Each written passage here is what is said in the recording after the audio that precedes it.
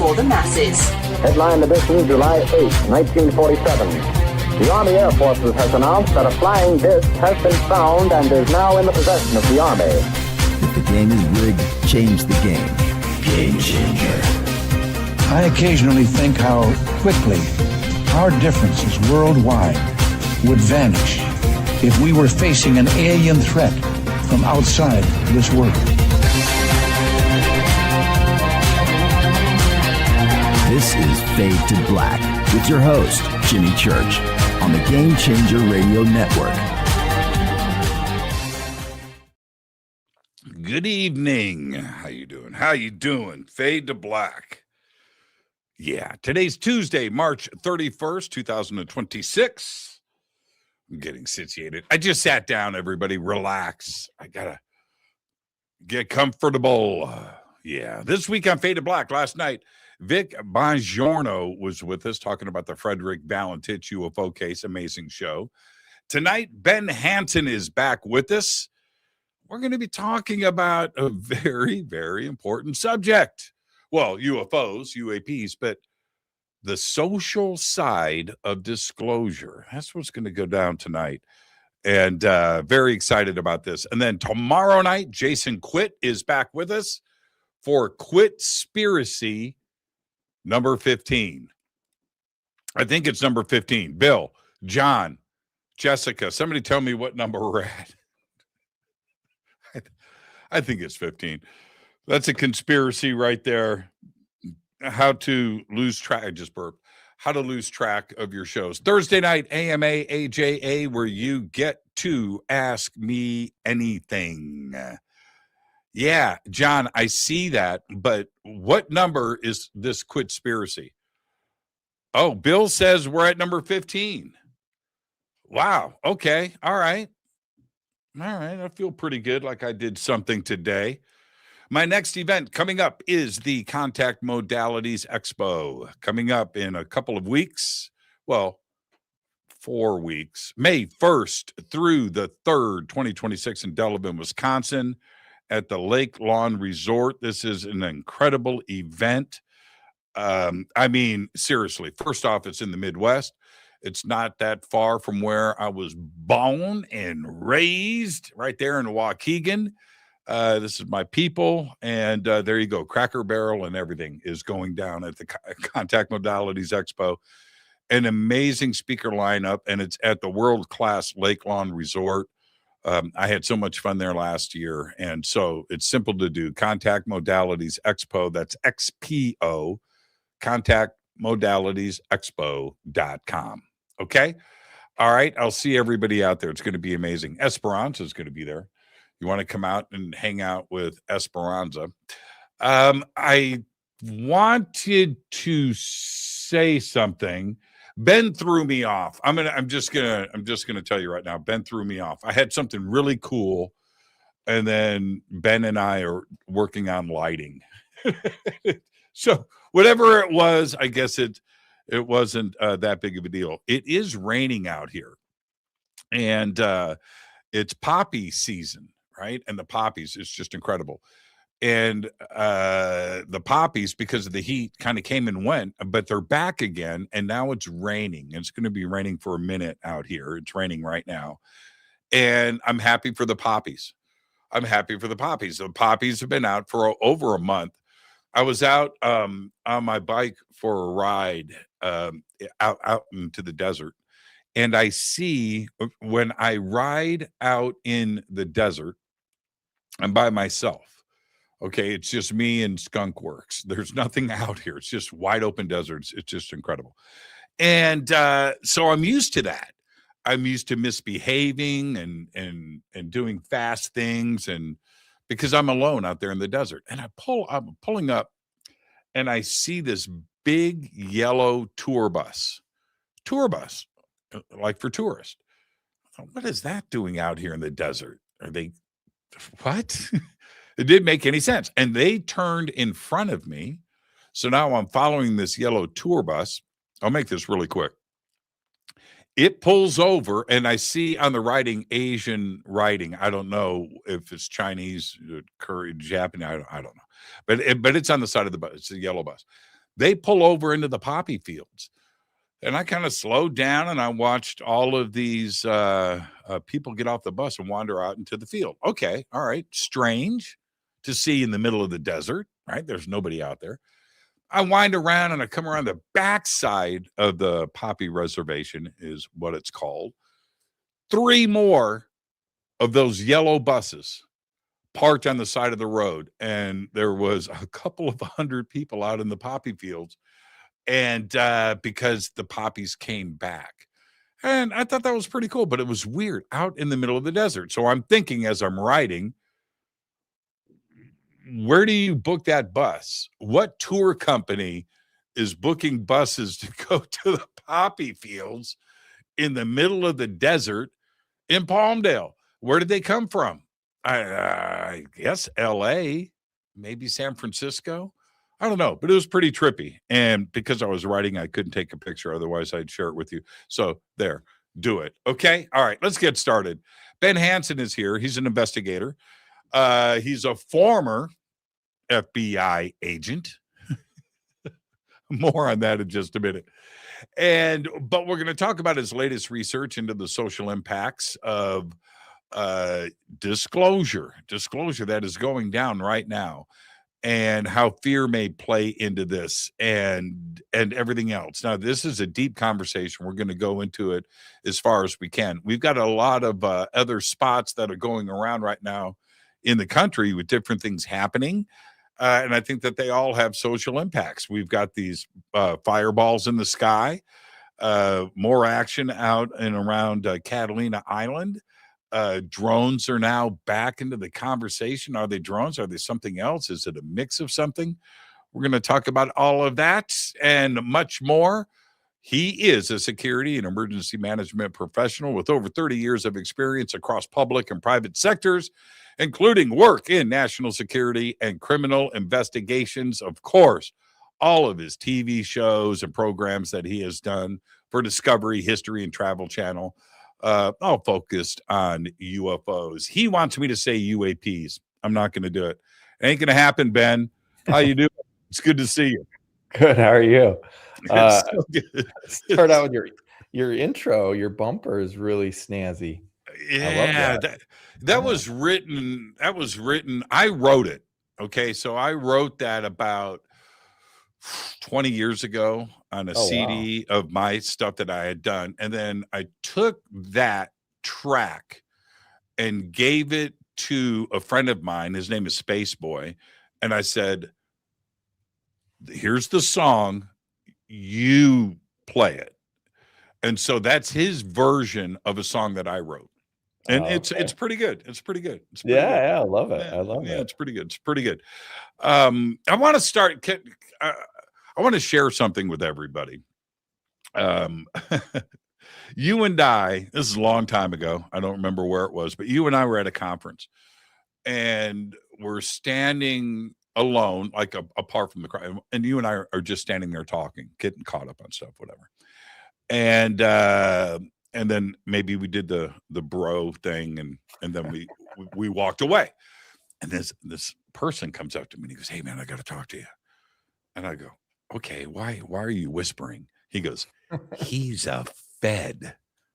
I go, "I know." I mean, what's and the look on, he thought I was going to freak out. Like, what? Right? And it was so funny. I go, "Yeah, I know. It's not that big of a deal."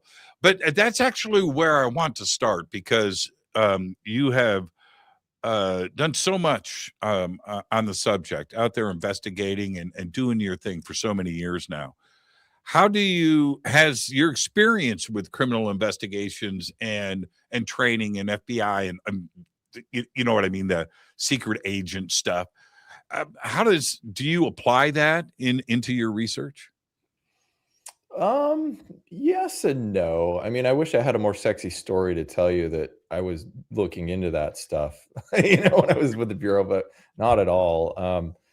They kind of embrace the X-Files, which is funny because, like, when you go to Quantico, they have a reading room where back in the day when I went through, they still had VHS, DVDs or stuff like that you could check out if you're bored on the weekend. And it was all like the all seasons of X-Files, and they embraced that, kind of like reference. But as far as I knew when I was in there, there was nobody investigating this stuff. And I was actually learned more when I left from other people telling me, no, they've had a program all along, or this and that's going on, and they were involved, way back in Roswell era. I learned all of that stuff not being in the Bureau.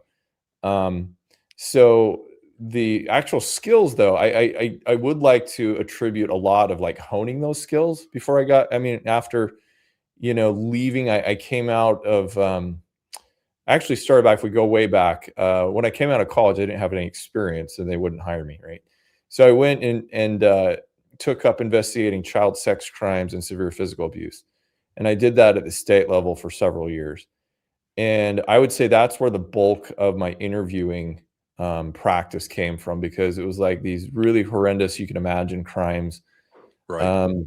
The perps as well, and so taking that and being able to get information from people sort of translates to that. But I always tell people who want to get into this, you don't have to be a so-called trained observer.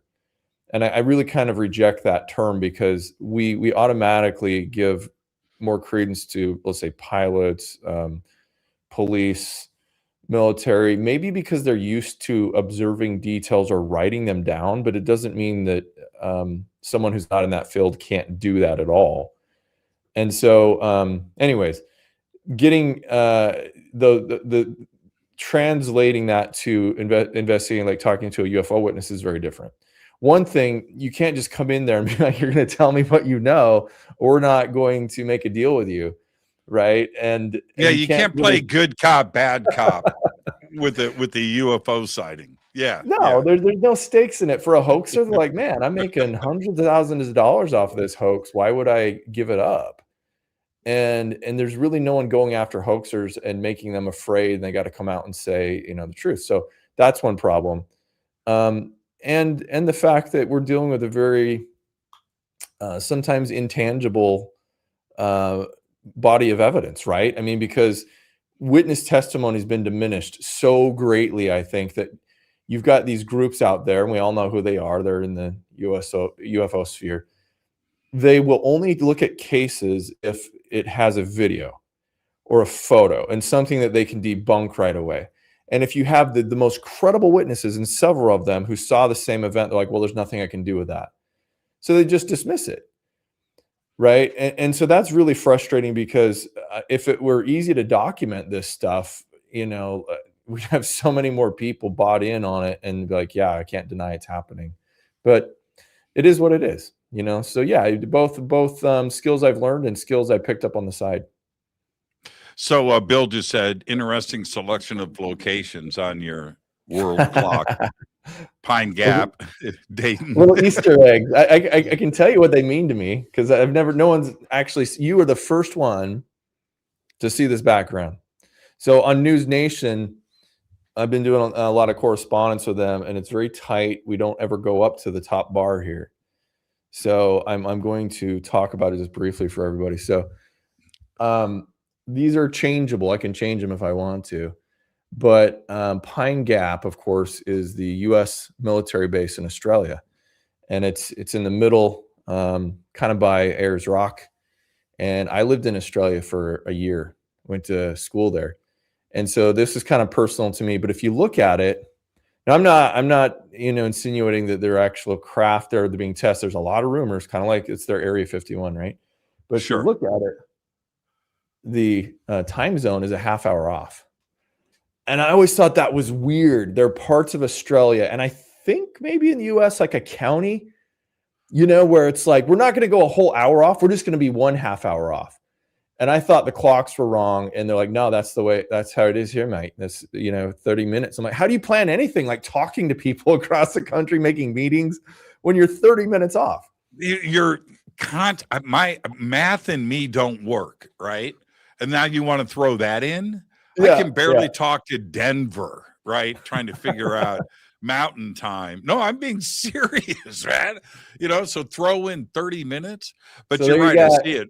we had to have an 44, international 14. there. What's Yeah, that? you had 14, what is it, 14:40, 44. 11:44 in the morning. And then you have Catalina, which if it were daytime, I'm looking right out my office window, and I'm right in the Long Beach Harbor area, and I can see Catalina from here. And all the work I know, I mean, that was one thing we bonded on, Malibu, underwater Yes. bases, all of that, and still actively, very heavily researching that. And then we have Corona, not Roswell, because people who really get into it, you know, the main debris field was actually in Corona. And I've been out there several times, you know, hoping for that smoking gun evidence. And then, of course, we have Dayton. So if you follow kind of reverse engineering, you know, from Corona, stop in Texas, Roswell, Texas, and then went on to Dayton. And that's where my grandfather worked. And we've probably discussed that story before. But yeah, he was there on temporary duty assignments, and I believe saw some very interesting things in the 60s. Yeah. What do you make of? Let's talk some current events really quick. Mm-hmm. What do you make of this McCaslin situation? You know, he ran right pat, affiliated with many SAP programs, including Arrow, which isn't an SAP program, but Arrow, which was at, but he in Albuquerque just went for a walk and never came back. He's disappeared. And so we have that. We have the Caltech physicist that was searching for alien worlds with the James Webb Space Telescope here in my neighborhood. Right when McCaslin disappeared, he gets shot in the face and killed on his front porch, just right up the road. I drove by his house a lot. We've got another rocket scientist that is missing. You know, very strange things that are all going down at the same time, which includes aliens.gov and Trump, and I don't do politics, but Trump and Obama talking about, you know, the big reveal and aliens and everything. All of this happened right at the same time. What do you make of that? And let's start with McCaslin first. But these things would never be part of the media or social media or conversations if it wasn't for where we are right now with disclosure. Now it is something that people are interested in. But what do you make of this McCaslin disappearance? Well, absolutely. If you just watch the coverage of the media too, a lot of them didn't want to make that leap, you know, even insinuate a conspiracy. So they kind of hung out in the wings, and it wasn't until probably a good week and a half, maybe into it, that you started to see mainstream reporting on it. And I'll give credit to Ross, you know, Coldheart, because he's been a champion of setting the record straight. Let's say that it was nothing about UFOs.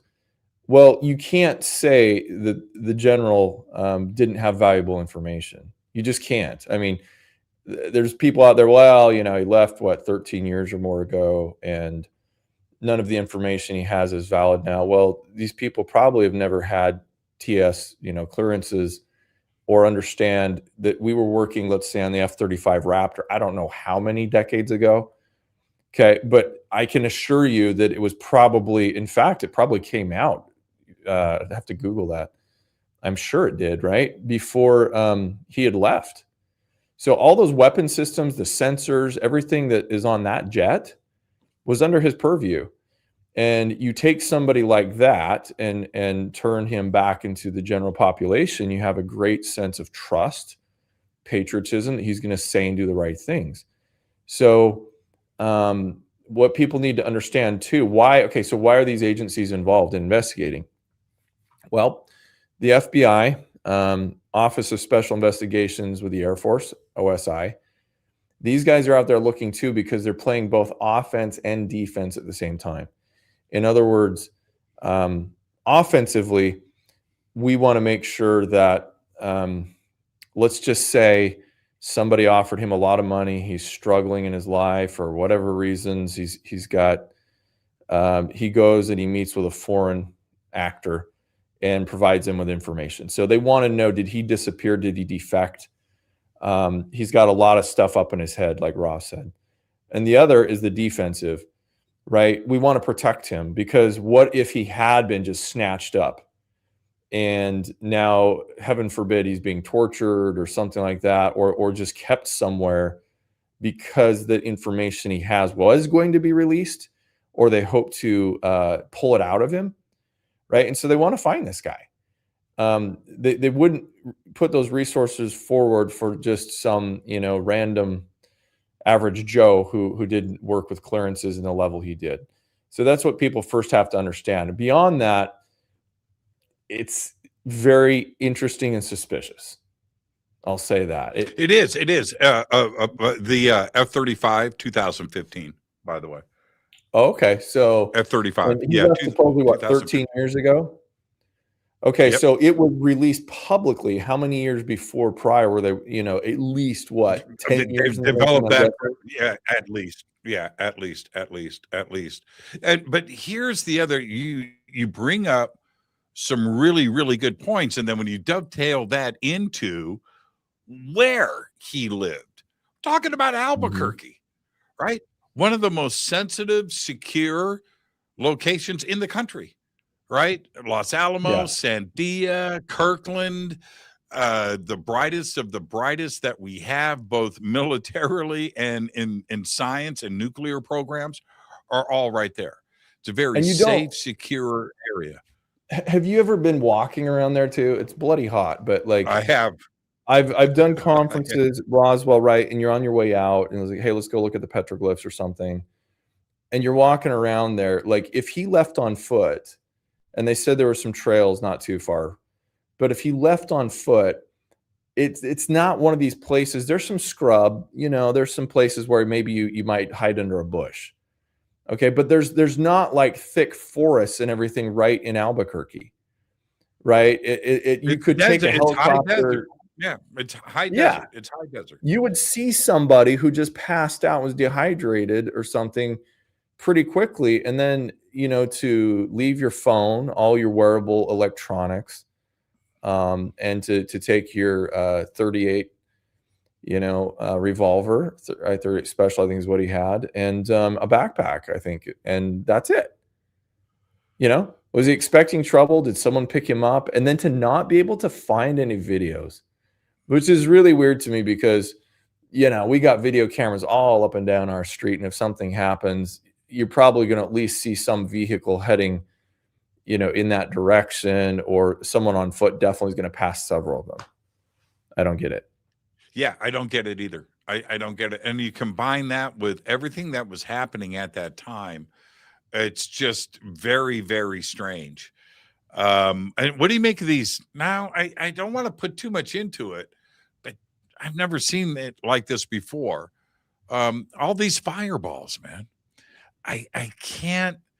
I've seen fireballs with my own eyes. I've seen meteors. I've seen probably a half a dozen. So have you. All we do is sky watch and see stuff, right? So there is that part of it. But it's like raining fireballs right now. Now, okay, probably all natural, not that big of a deal. But now we have the social media and the media impact back onto the public, where any news is news all the time, and it's always breaking. What do you make of that? Because people will write their own stories. And we didn't used to hear about this stuff, it seems like, so it's, we have our meteor showers that are every year as we pass through the, certain meteor belts and stuff. But like, I don't know how, like with the technology we have, it's actually kind of concerning to me that we could have a rock that's sizable enough that's creating massive sonic booms, right? And watching it streak down without getting some forewarning. I mean, we can create an iron dome and all this stuff to protect against missiles, and yet we're relying on backyard astronomers sometimes to spot these things that are just a day out or or less. It's like, hey, something's coming. I mean, that to me, there was it last year, not too long ago, a woman had one of them, I think, come through her roof and cause like serious that injury. happened last week in Ohio. Did it? Yeah. Literally, one of those came through her living room. You should see the hole in her living room right in the ceiling. Wow. Like, Yeah, imagine wow. taking the insurance out on that, you know? It's probably like a rider they're gonna start adding now to the policies. She said, yeah, right. She said, there's this pretty funny quote. She goes, so there it is. So I went to pick it up and it was hot. It's like, oh man. Wow. I hope she saved it. There's some good money in that. There's You know? real good money in that. That Good one in point. Ohio. Well, okay. So, but let's back up for a second. Amateur astronomers, anything that has been crazy over the last 10 years, and I report on this stuff a lot, and my producer, Renee, who's been with me for a long time, knows I love reporting on meteors and meteorites. Meteorites, once they enter our atmosphere, meteors outside of the atmosphere, but and asteroids. When you see a report about a bus-sized, right, asteroid meteor that is approaching Earth, it's going to be close, it's going to be within 80,000 miles, and it's going to pass by tonight. All right, so go and read that article. Read really closely, because somewhere in that article it's going to say it was discovered this morning, right? Right? I know. It was discovered yesterday by 10-year-old Ben Hansen, right? It's like, what we have all of that sensitive stuff in space, Yeah. and it's amateur astronomers that find the absolute majority of these. When I can't remember the name of the project, I'm sure there's a couple now too, but they've talked about Space Force and launching some satellites in deep space looking the other way now. So they want to look out into deep space, they say, you know, for these so-called threats, you know, could look for other things too. But we got to do something about that. You know, it's, I don't want to be taken out that way, you know, I know. but even if you know it's coming, I mean, the scientist nerds have got to get together quickly and create their algorithms or use AI to figure out where's the rotation of the Earth going to be when it hits and who's going to get hit, you know? Well, I would be right. I would feel a lot more comfortable if you read the article and it says it was discovered by the European Space Agency, you know, sensor radio telescope. That feel cool. You know, it was discovered by, right, NASA or what have you. I don't need an amateur astronomer. You know, I don't get it. Right. Well, I think they're paying them now. I think they're paying them. I think you get a finder's fee. Do you? Is that find true? something. I seem to remember that. I will have to check that out and see if you and I, between the two of us, we have the gear. Yeah. Let's go get paid. Let's go get paid. Start a new side gig. Now, let's get to the issue at hand, which is I don't, you know what, Ben, and you've known me for a long time. I do the news live every day, right? In a separate program. I do the news live every day. And I've been doing it that way for 15 years. Used to be part of this program, but now I've split it into two. But I've reported the news between this show and Coast to Coast since 2013. And all of the news that I cover is always news that you learn something from, and hopefully maybe some of it puts a smile on your face. I do not do fear-driven anything. I don't care about clicks. I don't care about sensationalism. That's not what drives me. What drives me is teaching and maybe sharing a nugget of knowledge. But that's not what's going on these days, not only in the media in general, but when it comes to UFOs and UAPs and disclosure, where the push for disclosure from Washington from where I'm sitting seems to be fear driven. Why is that? Yeah. So sit back, relax. I mean, for those who are really interested in this subject, it does take a little bit to explain here. Take a sip of my Mountain Dew. Yeah, absolutely. I'll take a sip of my fade to black coffee. So, let's first look at when we say, government and what's fear driven or not. You actually break apart different agencies, right? They have different missions, they have different agendas, objectives. And if you were to map this out, I would say probably about 80% of them or so. Why do we have government, right? It's to promote the domestic tranquility and I'm thinking of the Declaration of Independence. I had to memorize that as a kid, right?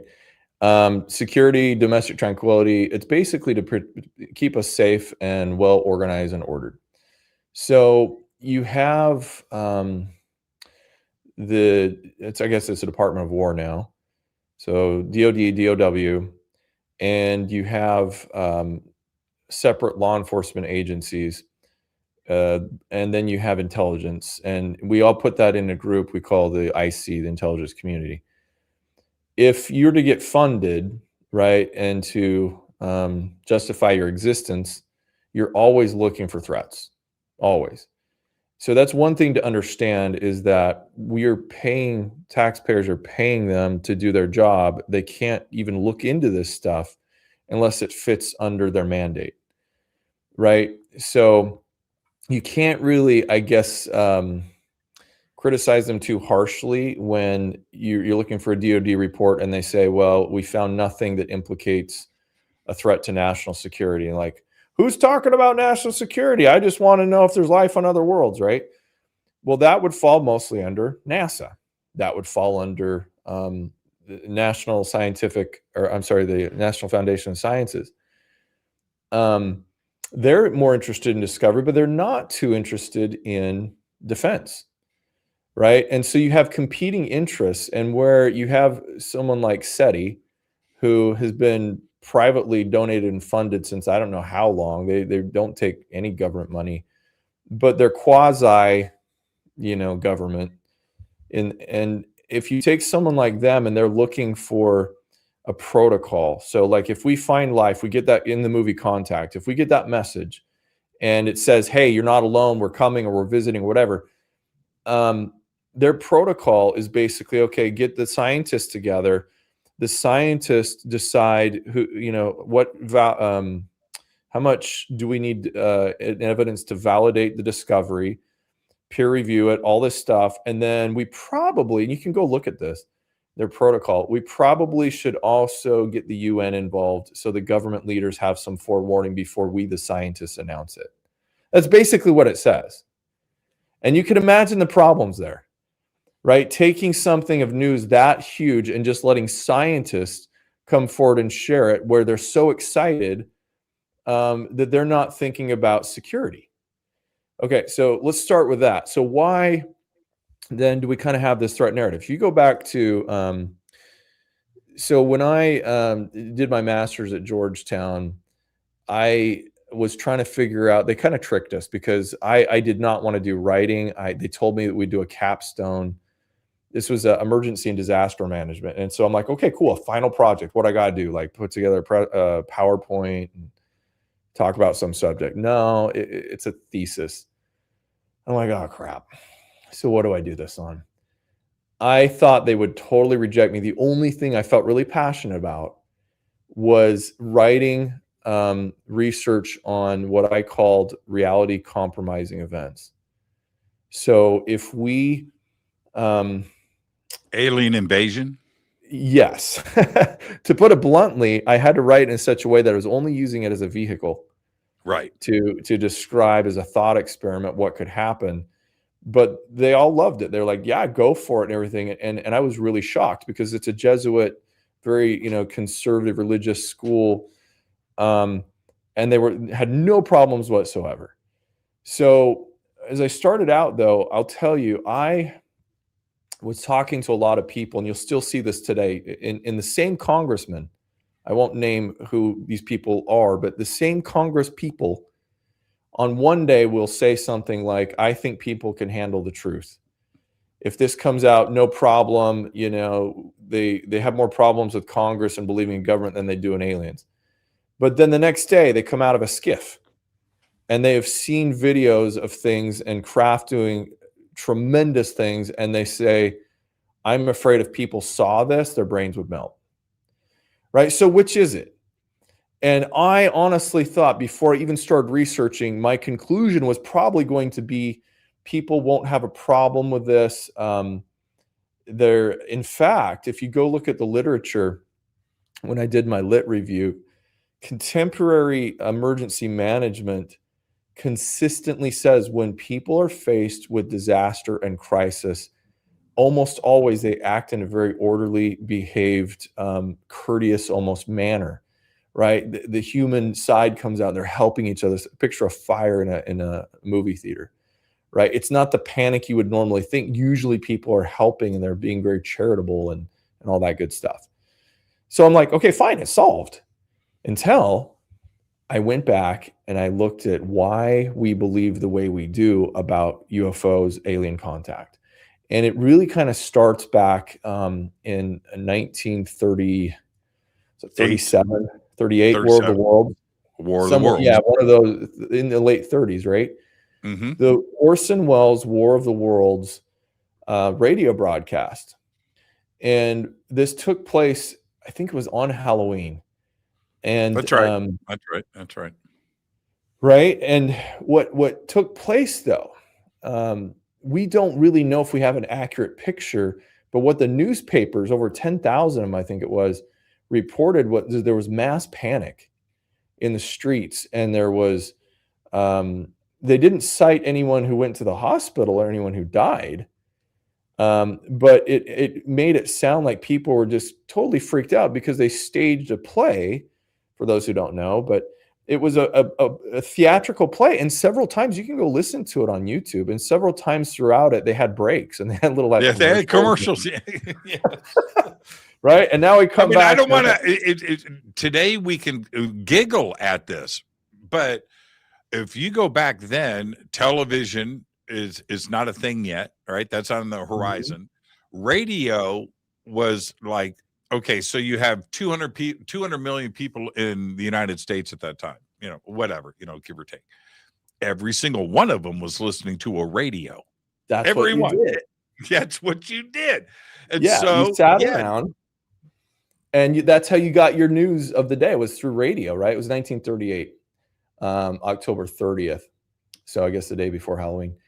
And so CBS, broadcast this thing, and several times they would interrupt and they'd say, you're listening to a theatrical, play of Orson Welles, blah, blah, blah, blah, blah. But if you tuned in late, the theory was, or because some of them were listening to some other program, they figured, and then they tuned over to this one and they caught it where they were doing these fake, like on the scene. We're here in New Jersey, and oh my goodness, oh look, the egg, it's opening up and something's coming out of it, and there's even music and sound effects in the background, and it didn't register with some people. Okay, so now the study that's done on this. Cantrill et al., some social scientists got together, and they went along with, they kind of bought into that there was mass panic, so that's debatable whether there was or not. But their study was cited as the prime and sometimes the only study when the Robertson panel, which was the CIA-sponsored review of the situation in 1953, and they only met for like a couple of days, actually. And J. Allen Hynek was part of that, and Albert Einstein, I believe. And they only met for a couple of days, but they wanted to review some prominent cases and to look to see if there's anything to this UFO thing, because there was a lot of worry and panic with the red alert over DC and all that. And they said, okay, well, what if then our recommendations? And they cited the Cantrill study. So that was the beginning of the government saying, if we release this information, it will be utter chaos. It'll be societal meltdown. and therefore we should devise a debunking campaign. And you can go read the Robertson panel. They even had mentioned using advertising specialists in psychology and Disney, Walt Disney, to use his cartoons to help take the mystique, the aura of mystic, stuff out of UFOs and make it commonplace so that people don't worry about this. Okay, so on and so forth throughout Project Blue Book and the debunking. Well, no one really questioned that until the 60s. The Brookings Institute did a study with NASA. It got a little bit better. They actually said it could be the opposite. It could be unifying. Your quote you had there with, Ronald Reagan had said it. Clinton had said something similar. Maybe that will unify us. This news. So I was like getting ready to write my paper. I'm like, well, which is it? And here's what I came up with. So this is where, I'm not claiming that I'm right here, but it definitely had spurred a lot of new research we're currently doing. If you take some, what we call novel threat or a black swan event, some people call it that is so novel, that is so unique, I would argue it's psychologically based primarily. So this is not a threat that initially it might be triggered from an outside fear. Okay, so fear of the unknown. Who are these visitors? What are they capable of? That might be the initial impetus, but the actual driving force behind it is not out there. It's in here.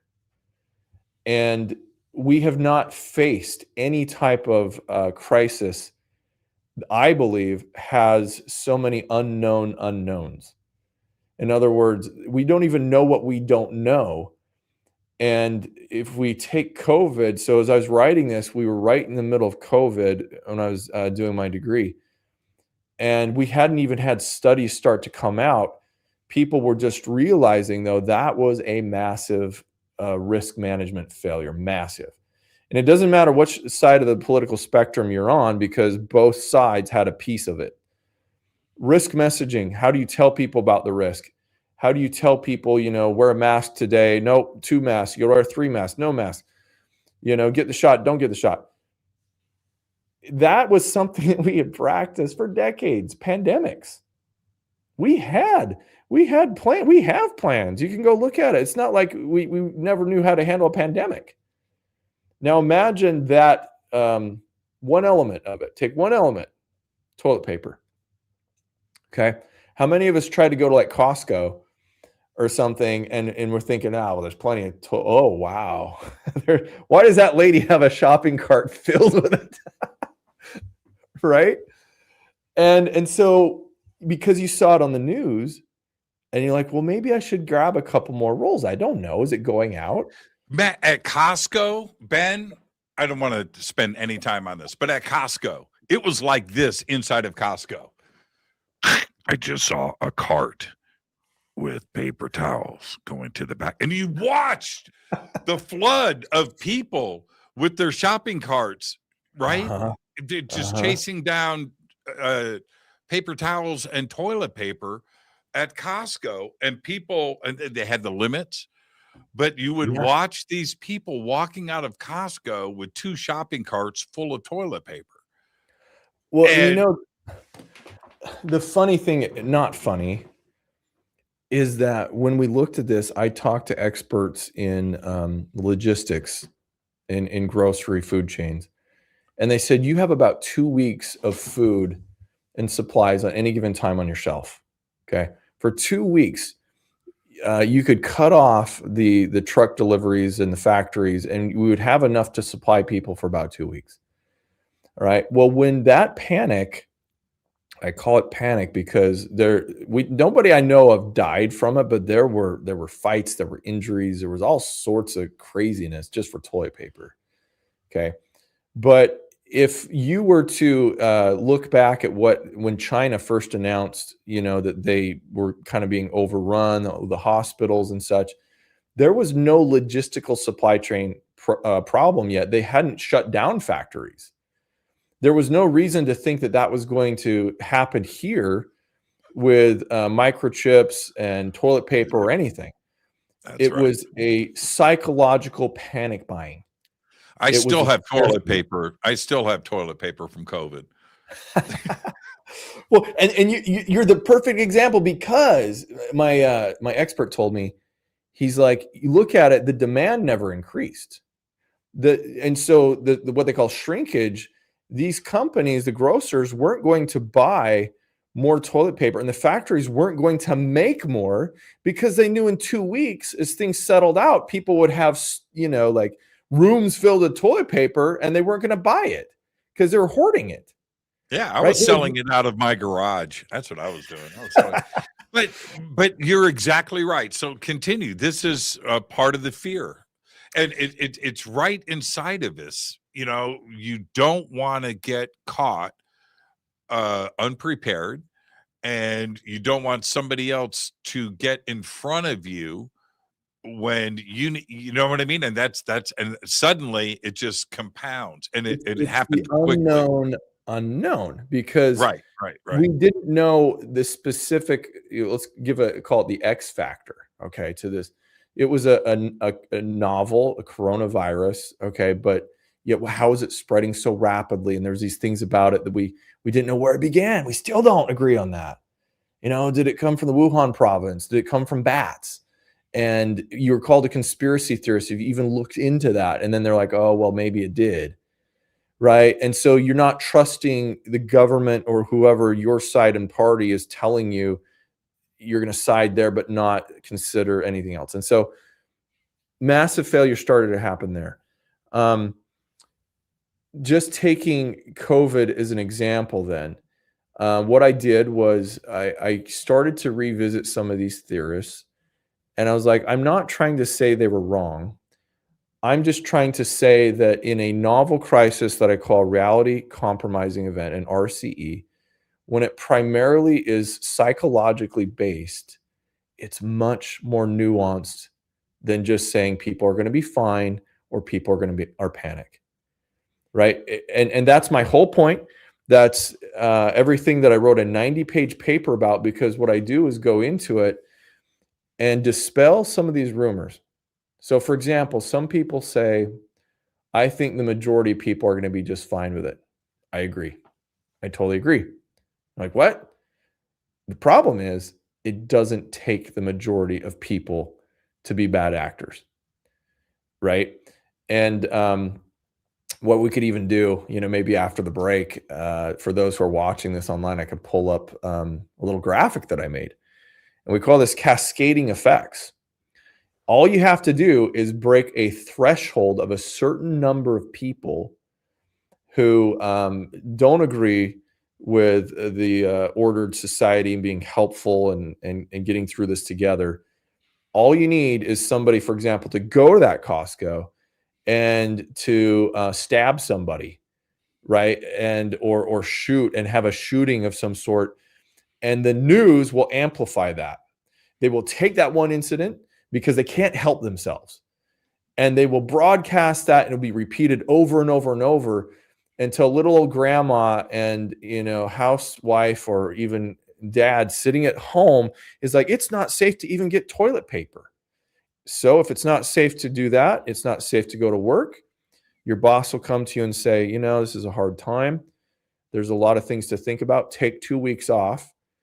I want everyone just to go home and be with your families. And we saw where that happened and what happened there. Weeks turned into months, turned into years where people are like suffering from mental health problems. Crime went rampant, right?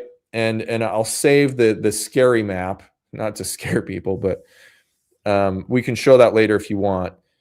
But it's what we call cascading effects, because one triggers another, which trickles down, and all of these things, I'll explain. It happened with the exception of complete martial law. That happened in some countries where they had curfews and the military rolled in. I don't know if you were like, I have kind of a confession, but my wife and I, when it first started happening, there's all these rumors the National Guard were coming into California. They were going to seal off the borders. Remember that? I do. I was and here. We're like, crap. Should we leave? Should we get out before we can? And it was so real. We forget so quickly. Here's a little side note. During COVID and the lockdown here in Los Angeles, I was hosting Coast to Coast. Okay. So, but I think the curfew was, it was different times, but it started in the evening and went to the morning. Nobody on the streets. All right. But I got a Homeland Security letter given to me from Premier Radio, to carry with me, that I was a member of the news media and I was entitled to travel. Okay. So that sat on the front seat of my car. All right. Me driving to Coast on the freeways, not that far, but anyway, check this out, Ben. Not anybody on the freeway. Now, when I say anybody, that includes Highway Patrol or National Guard. Empty freeways. I was the only car. And so I'm in my Mercedes, man, just 150 miles an hour. Nobody, dude. Nobody. Best traffic experience ever. But here's the surreal part of that. I really felt like there was no security for anything. So if you wanted to go out and do something, there was nobody out there to stop you. You know, that was the strange thing. I did not dig the Homeland Security letter in my front seat. I just thought to myself, how did we get here? And it went on for months and months and months and months. It wasn't anything that, but the other part about that, and you just touched upon it. Yes, I have to do my job as a talking head. I have to go and do Coast. I had to do the news there. I had to do the breaking news, everything, it's 4-hour live syndicated show like that. But I was also leaving my family behind. Okay. I didn't dig that, man. They could not leave the house. And that was a very, very, very strange feeling for me to process as a human, that we were forced into that. That's that cascading effect that you're referring to. Well, and I think you hit on a really important part of this whole thing, is that you didn't like that, Homeland Security, we got into that point where, in a way, government's kind of like a big brother, at least a parent, right? And we respect them where we should respect them, that they're going to take care of us, right? That's why we make this social contract and we say, okay, let's form a government. I'll give up some of my freedom if you promise to protect me. But Dr. Alexander Wendt at Ohio State is one who's been working on this for a while. He's one of the foremost experts in international relations and such. And he calls this the delegitimizing of the state. So if you take that parent and the parent has to come to you and say, you know what, for 70 plus years, I got to level with you. We've been lying to you. And Lou Elizondo actually proposed this great analogy where he's like, suppose you go around your house and every night you lock your doors and you do your routine, close the windows, latch them, and you put your barricade bar up or whatever, like I do in my house, and you set your alarm system, and then you go to bed. Well, in the morning, you wake up and there's a size 14 set of muddy footprints tracking from your door all the way across your hallway into your kitchen and like all the parts of your house. But there's nothing broken. There's nothing stolen. Nothing's turned over. And you're like, how in the world, where did this come from? And so you kind of try and brush it off. You clean up the mess and you go through your routine, but this keeps happening, maybe not every night, but consistently for years. Okay. So the first question he asks is like, is this a threat to the household? They didn't do anything. They didn't harm you, but psychologically, number one, it had you on edge the whole time. And number two, is it a potential threat because they could do whatever they want? at any given time, and you don't know their intention. Are they surveilling? Are they waiting for the right opportunity? Are they just messing with me? Do they even care? Why are you in my house? Right? And what's the use of why have a security system if it does nothing? Yes. So I add to that, and I haven't told this to Lou because I think it's a great analogy, but my addition to his analogy is you have kids now and you sit down when the kids are old enough. Is there a time when they are old enough that you can level with them? And if you can, do you tell them? Do you say, I'm sorry, but the past, 20 years you're growing up, someone's been in our house and I didn't know what to say to you? Because do they have the right to know? Right. And so that's, you can kind of maybe see from a government perspective, if they can keep it from you and keep this secret, then they maintain the order. And it's not all, diabolical, because, most of these people are very patriotic and they went into their career paths, not for power, to serve. Right. And to uphold the Constitution. And if that means lying to the people in their minds, and some of their minds, they will lie. And they'll do everything possible to keep this a secret, because the threat itself may not be the biggest problem. It's the existential ontological threat of realizing, I've kept myself busy with watching reality TV, the Kardashians, and who's wearing what and doing, right? Instead of making them realize that someone has been in the house every night. We have no way to stop it. We don't know who they are, and we don't know what they want from us. Because how's that going to change your world now? Right? Well, that method of operation, that process, that has been around since the dawn of man. If you're the leader of a little village, right? You're the smartest dude in the village, 5,000 years ago, 8,000 years ago, and you need to have children, you need to be safe, right? And you need to grow the village. Yeah. Well, you got to keep that in line. And so the perfection of the lie and fear to control the masses, right? Yeah. If you've got some kind of wild, rabid beast on the outside of the village that are killing people, well, okay, what do you tell the village? Well, God says don't go out there, right? Yeah. You're going to say something like that, whatever it is, but you're going to put fear into everybody, right? Those are blood sucking. They're here for our children, whatever it is. But that has been going on for a long time, and they've really got that down to a science now. They do, to where we've been warned about it. Who was it? Was it Eisenhower? With his speech, I can't, or General MacArthur. His exit speech about the military industrial. Yeah.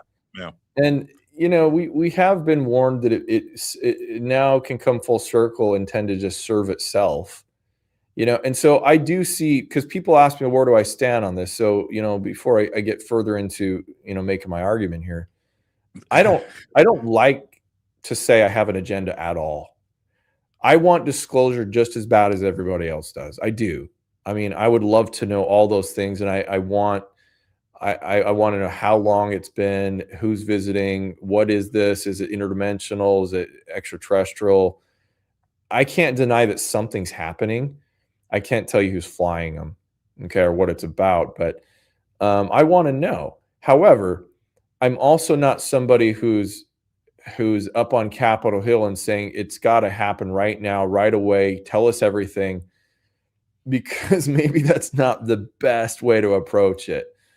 I argue, if I had any agenda at all, we need to be studying just as hard about what's in the files as what is the best way to, I think it was the Disclosure Act. It was originally called the Controlled Disclosure or something Act, and it sounds sinister because so you're going to hold this away from us. No, I think there's some wisdom in the basic two approaches we call, like, the ripping off the Band-Aid versus the slow drip, right? And it's not because we don't think the majority of people can't handle it. It's that the slow drip method, the few cases that we have, there have been studies done about it, seems to build what we call psychological resilience. So instead of doing it overnight and just dumping it on you, I call this the doorstep dilemma as well. So when we hear news, let's say wars and stuff, we've got the Iran war going on right now. It's shocking, because now it's hit home, and we're worried about drone incursions. And we've been told here on the West Coast, be on alert. Things could happen. And so even my wife came to me. She's not going to watch this, so I'm okay. But she came to me and she was almost in tears, and she said, I didn't know why she didn't want to go out to dinner with the kids the other night. And she's like, don't make fun of me here, but she's like, I'm worried about sleeper cells. And I try not to crack a smile or anything. I'm like, honey, if you knew, from my previous job, how often we are always at risk and what, plans are thwarted all the time, it wouldn't be a big deal to you. I get it because it's in the news right now. But I had to acknowledge that apprehension to somebody who doesn't usually give a thought to this type of stuff is what we call hazard intrusiveness. And so basically, how often do you think about a particular hazard? That helps us actually with psychological resilience. Because you're thinking about it, we become accustomed to it. We become acclimatized, as opposed to somebody who never even thought about aliens. And tomorrow morning, the president comes out and says, guess what, everybody? Here it all is. Oh, and I've got a little friend to show you here at the podium. That would be kind of the ultimate, right? And we actually get to see them. And somebody who's never thought about it and just kind of goes along life thinking that it's not even possible might be, we don't know this yet because we haven't studied it, they might be some of the most vulnerable to having yeah, 100%. But here's the other part. Then we'll take a break. You can think about this and then respond back when we come back off of the break. But here's the alternative. Keep the national security tech stuff. Go ahead and keep that. Don't care. Just tell us if we're not alone. Mm-hmm. Just take it that far. We know that the universe is a big place and there's tons of life out there. But has anybody been to this planet? That's all. If they just went that far, because that's I think our fundamental right to know about nature and what's going on out there. So if you told this whole thing would chill out, it would just chill out. Because most people are okay with that. They know science is science, right? Universe is a big place, but nobody wants to talk about it in those terms. Keep your answer to yourself. Let's take a break. Ben Hansen is our guest. We're talking about the social side of disclosure tonight. Ben, stay right there. I'm your host, Jimmy Church. This is Fade to Black.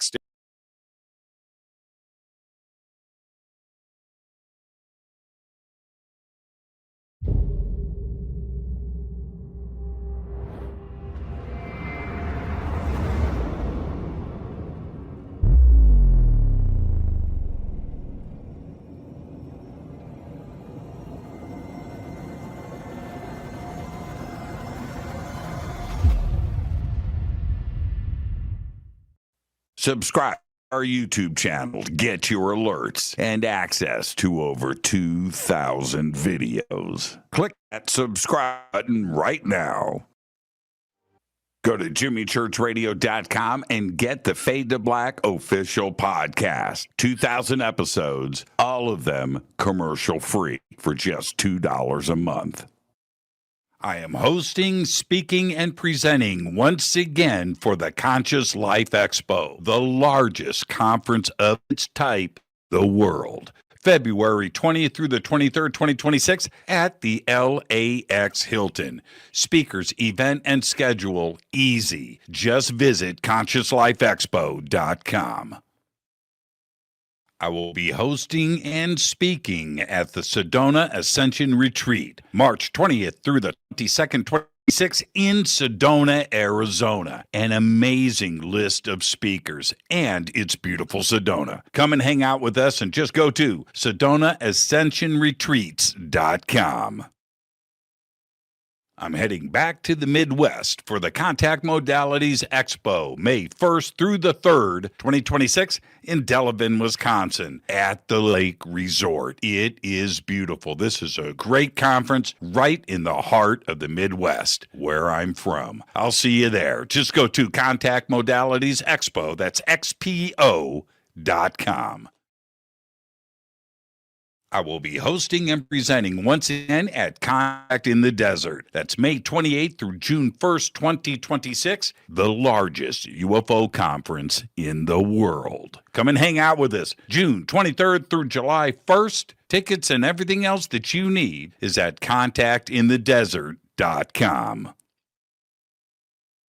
Want to change your life? Want that paradigm shift? Then visit Peru with Brian Forrester and myself for the Inca Celebration of the Sun, June 23rd through July 1st, 2026. A full 10 days of visiting the country, all of the amazing sights, and of course, the celebration of the winter solstice. It's all simple to do. Go to hiddenincatours.com. Come join us for the Monty Python Scotland Tour, August 1st through the 9th, 2026. This is a once-in-a-lifetime event where you get to go to the castles from Monty Python and the Holy Grail. August 1st through the 9th, 2026. Just visit HaleyARamsey.com.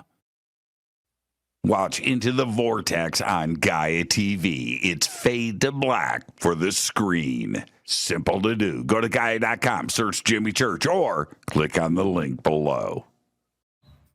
Follow Fade to Black on Twitter at JChurchRadio. Get all of the show updates every single day. It's now called X, but who cares? Go to JimmyChurchRadio.com and become a Fadernaut. Get a membership. That's right. Everything is commercial free. You have access to downloads, and you get to call yourself a Fadernaut. Jimmy Church, Gaia TV, Fade to Black, here at Machu Picchu with Brian Forrester and Hidden Inca Tours. Amazing tour so far, Brian, but we're here to announce what we're going to do next year, 2026. What's going on? Okay, November 2026, we're going to have our major tour of Peru and Bolivia, either a pre or post tour of Paracas and Nazca on the coast. And then after that, 6 days in Easter Island. Bucket list, Easter Island. Come join Brian and I and his amazing team here at Hidden Inca Tours for Peru, Bolivia, and Easter Island. Signing out. Say goodbye, Brian. Bye, gang.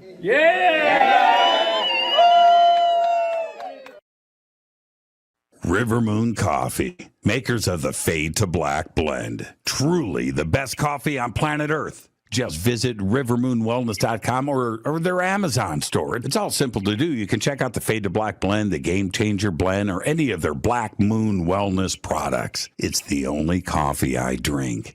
It is the best, and it's Doc. Again, rivermoonwellness.com.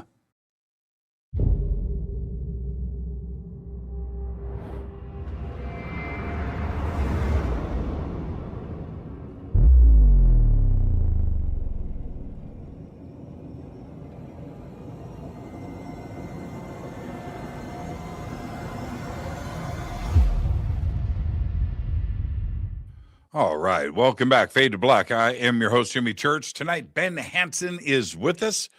We're talking about the social impact side of disclosure and his research into this. It is a very compelling and fascinating conversation. And so Ben, what do you think? Just tell us that we're not alone and we've been visited from time to time, and then keep the national security stuff,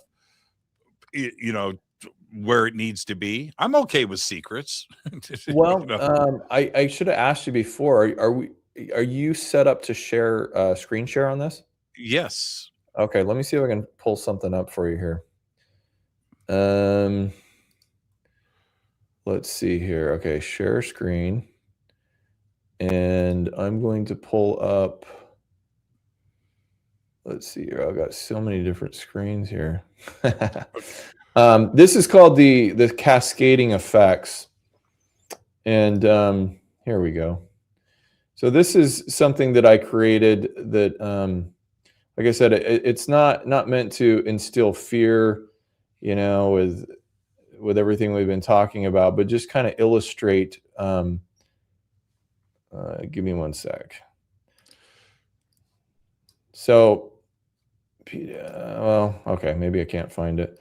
I don't want to share the entire screen. It looks like I could do that, but let's see if I can pull this up and pull it up as an image file. You can do that. Oh, that makes sense. All right. So while I'm doing that, what you had asked for before, though, was what if they do keep some of the secrets, right? And all they do is come out and tell us that we're not alone, right? So I actually gave a name to that because that's something that is also concerning, where they don't give us the full pie, right? We only get part of it. And I was thinking, would that be better or worse than coming out and laying it all out and putting everything on the table?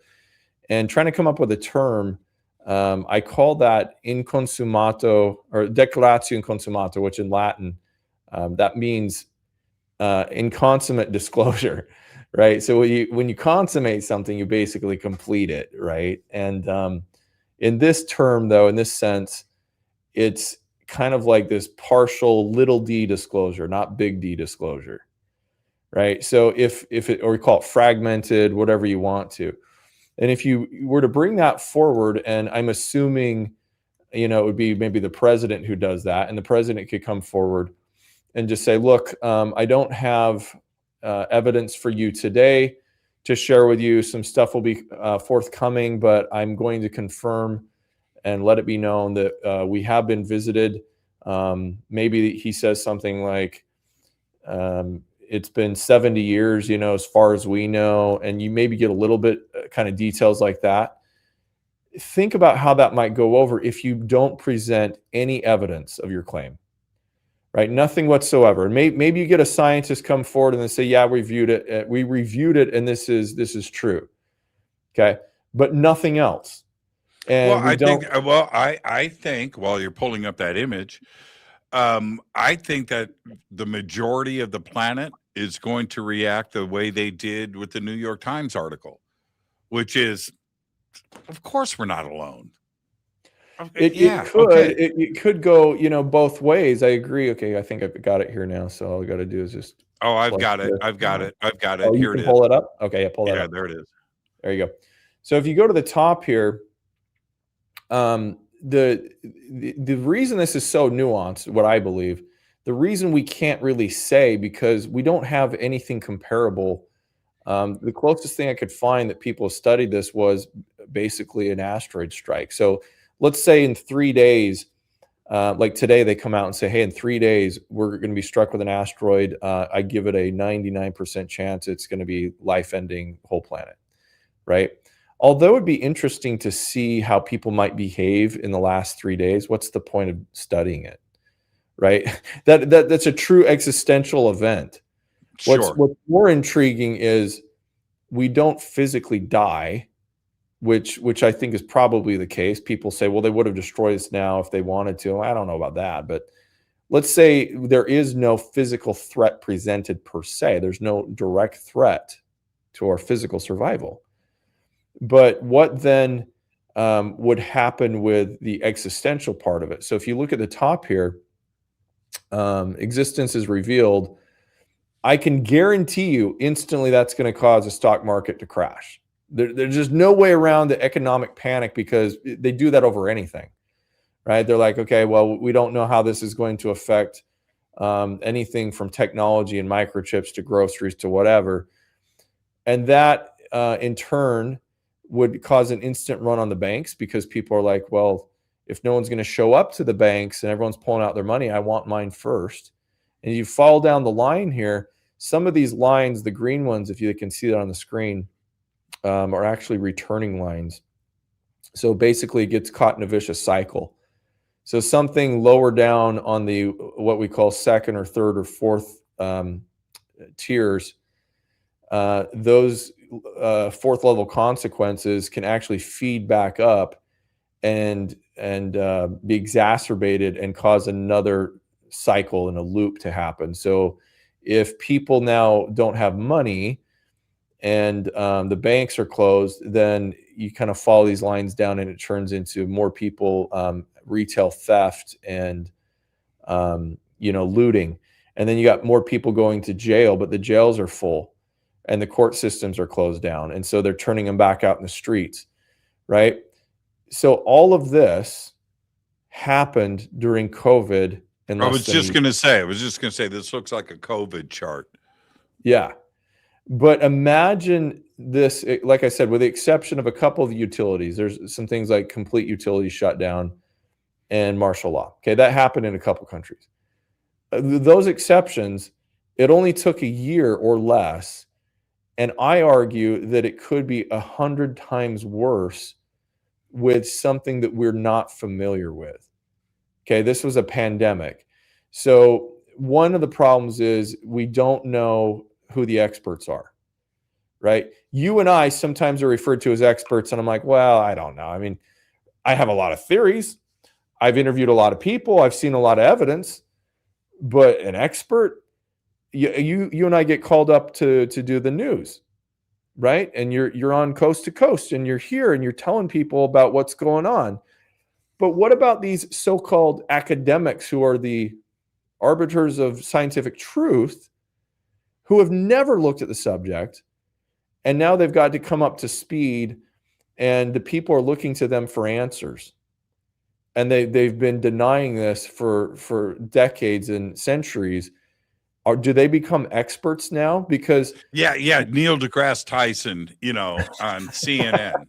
No, I'm being very serious, right? And so they're going to have completely different opinions.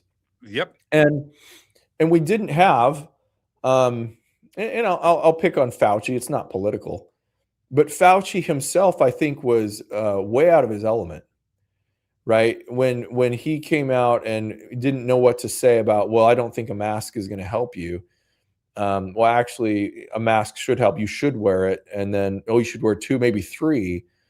Instead of telling the people, look, this is the best information we have right now. We're not exactly sure.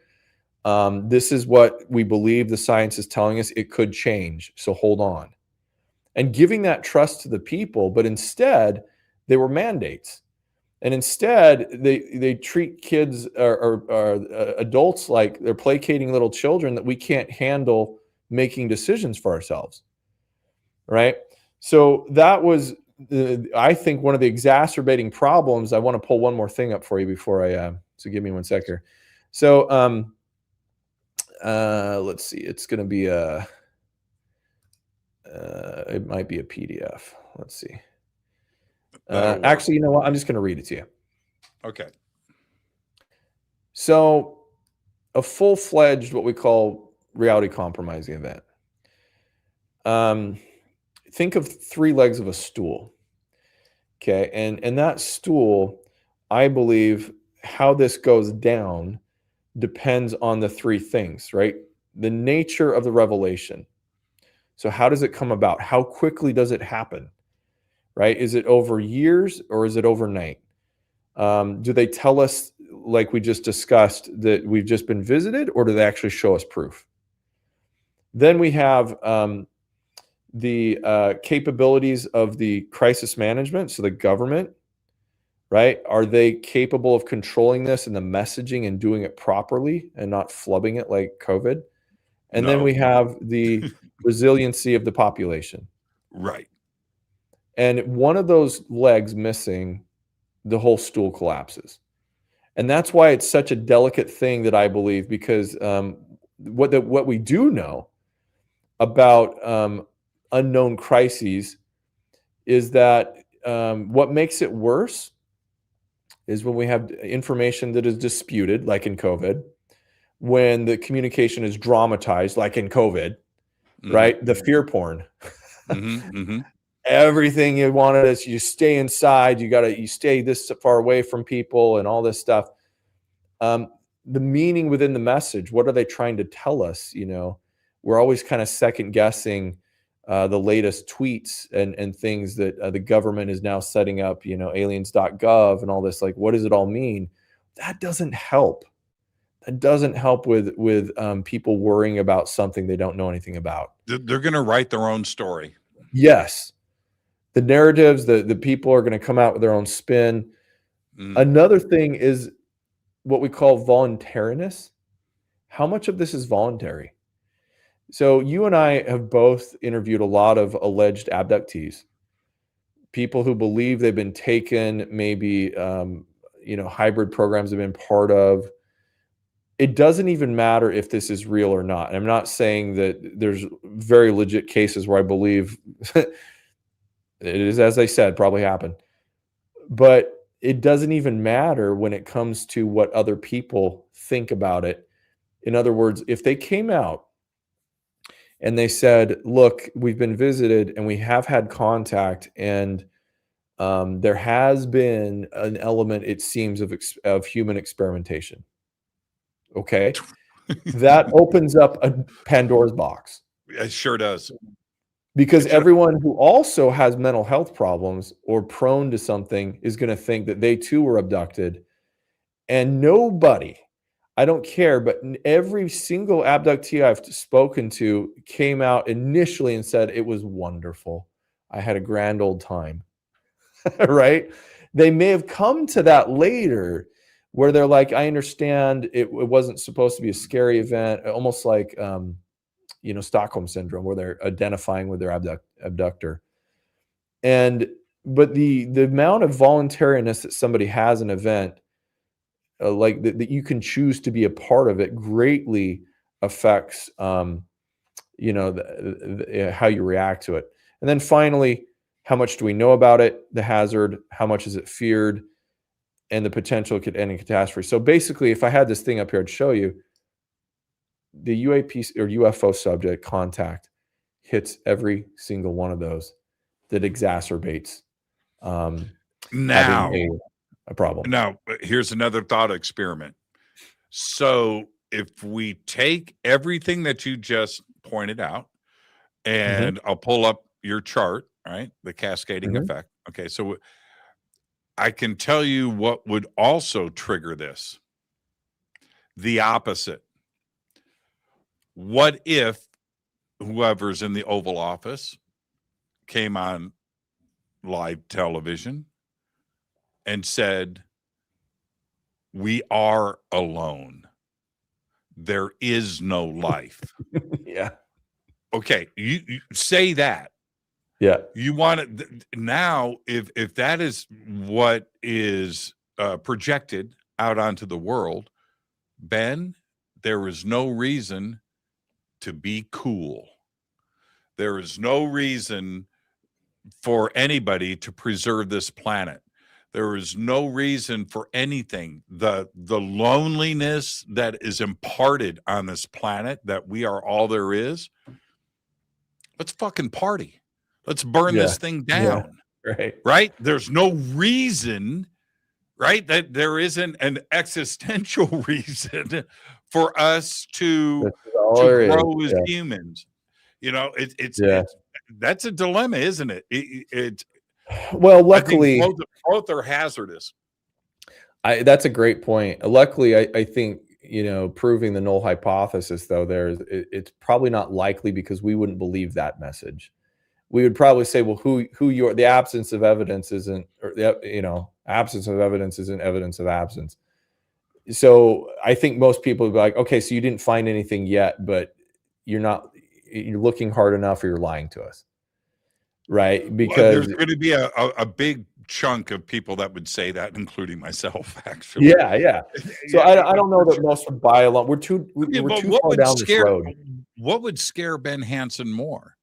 We are alone, or we are not alone? What a frightening, crazy thought that we are just all there is on spaceship Earth, cruising through the universe. That's it. There's nothing else out there. It's just I guess if us. that could be proven, I don't know. I just, again, don't know how you'd prove that, but it is an interesting thought.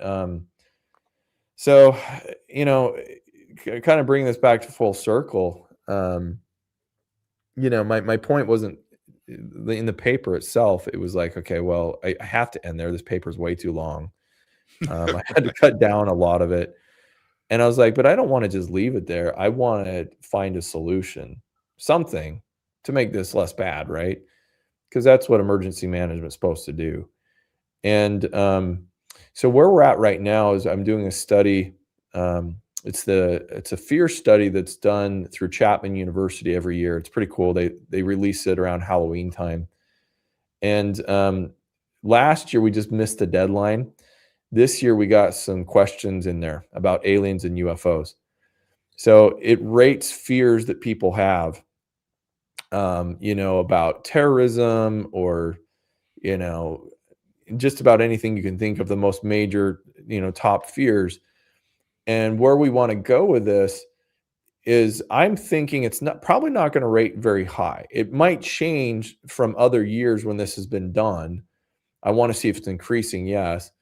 But from here, we want to look at the demographics, like what kinds of people, age, ethnicity, gender, is there more people who have more worry, right, towards this happening? And are we good predictors? Because generally people rate themselves better than they do others. So like religious people and religious studies typically say, oh, we'll be fine. My church will be fine. We'll accommodate for it in our doctrine. And the pastors say the same thing. But the anti or atheists or agnostics are the ones, saying that the believers are going to be the ones most struggling with it, right? And so nobody really knows the truth other than we're pointing the finger, and we all think we're going to do better at it than somebody else. So that's interesting to know. But what we really want to know is the people who are worried, what part of this worries them the most? Because if we can get into that, and I call this content fear analysis. So again, sorry for nerding out here, but I have a 5-year-old. He's terrified of dogs, absolutely terrified. And as I started diving into it, he's never been bitten by a dog, never even licked by a dog. But he'll jump into my arms anytime one crosses across the street. And then I notice he's afraid of also rabbits, gerbils, just about anything small. And Smart kid, actually. Smart kid. But if I were to, systematically study my child, I break it apart. I'm like, okay, is it the fact that is furry? Is it the fact that it has teeth? Is what is it about that? And if we can do the same thing, we might be able to retrain, acclimatize, desensitize all of the tricks we do in psychology to help people become accustomed to it and maybe rethink, what their predictions or why they feel afraid of it, right? So a cool study that happened after COVID, they found that people who like horror movies, apocalyptic, end of world, Walking Dead types of stuff, they actually did better and fared better during COVID than people who didn't like those types of movies. Right?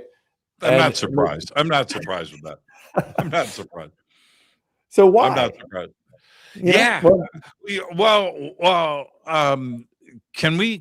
Let's land on that for a minute. Let's just pin this to the wall for a second. I don't understand the attraction of zombie stuff, but apparently I'm the outlier. Right? I mean, the success of zombie movies and that kind of stuff, and we can go with any number of TV series or movies that are out there. I get bored with them. Yeah. Okay. how do I say this? I don't want to offend everybody, but I typically step in it. But what is scary about something that walks that slow? Yeah. Right? No, you can get on your skateboard and outrun, right? Well, A crowd yeah. of I mean, if 10,000. they overwhelm you and corner you, like Okay, Ben, you're a zombie guy. I get it. Well, But yeah, I got but into but The people Walking Dead. do I'm not a zombie guy. but So go with your people thought. yeah, people are interested in that. And it is a huge thing. It's not my thing, but absolutely, if somebody is into those, they're survivalists and everything else. The people that are fans of those movies and TV series. So the thought of an alien invasion to somebody that watches zombie movies, that's Tuesday. Yeah. You- Yeah, and we want to know why the mechanisms, how their brain is different. It's not. I mean, some people do have kind of demented brains, and the people who like idolize serial killers or something like that, right? Sure. The warped sense of like sociopathy or whatever. There's that element to it, but most people, kind of, I think, my opinion, that they like to scare themselves. They venture into that kind of dark side because it gives a safe place to do a simulation, right? Where you can think about what it would be like, but not be an actual physical danger. So Sure. that's one of Yeah. the theories of having these people that fared better, is because they'd already gone there in their mind, right? And if we can somehow do that with the population as a whole and get them to start thinking about what life will look like, and I totally agree with those who are like, well, why the fear stuff? I agree with that 100%. But the fact is, that's the problem. It's the problem maker. If it was all love and light and it was all, ET, and some people want to tell us that it's all love and light, you don't know that. You don't know that, right? No, If you you don't. deal with kind of the scary thing, and let's say they have bad agendas and there's bad actors in some of these visitors, if we deal with that and we come to terms with it, we do it in law enforcement all the time. You have simulations where you have actors come up to you and you induce an adrenaline rush, heart rate goes up, and then you come out of it unscathed because you allowed yourself to emotionally regulate and think through the problem, right? And so we're not, and I guess one thing I should hit on too is when we say panic, I do not have the same definition of people do when they just say, well, people won't panic. They're usually talking about jumping out of buildings with their hair on fire, right? And I would totally agree when someone says most people won't panic. Oh, absolutely. Most people are not going to do that. Instead, what we have is called a creeping crisis.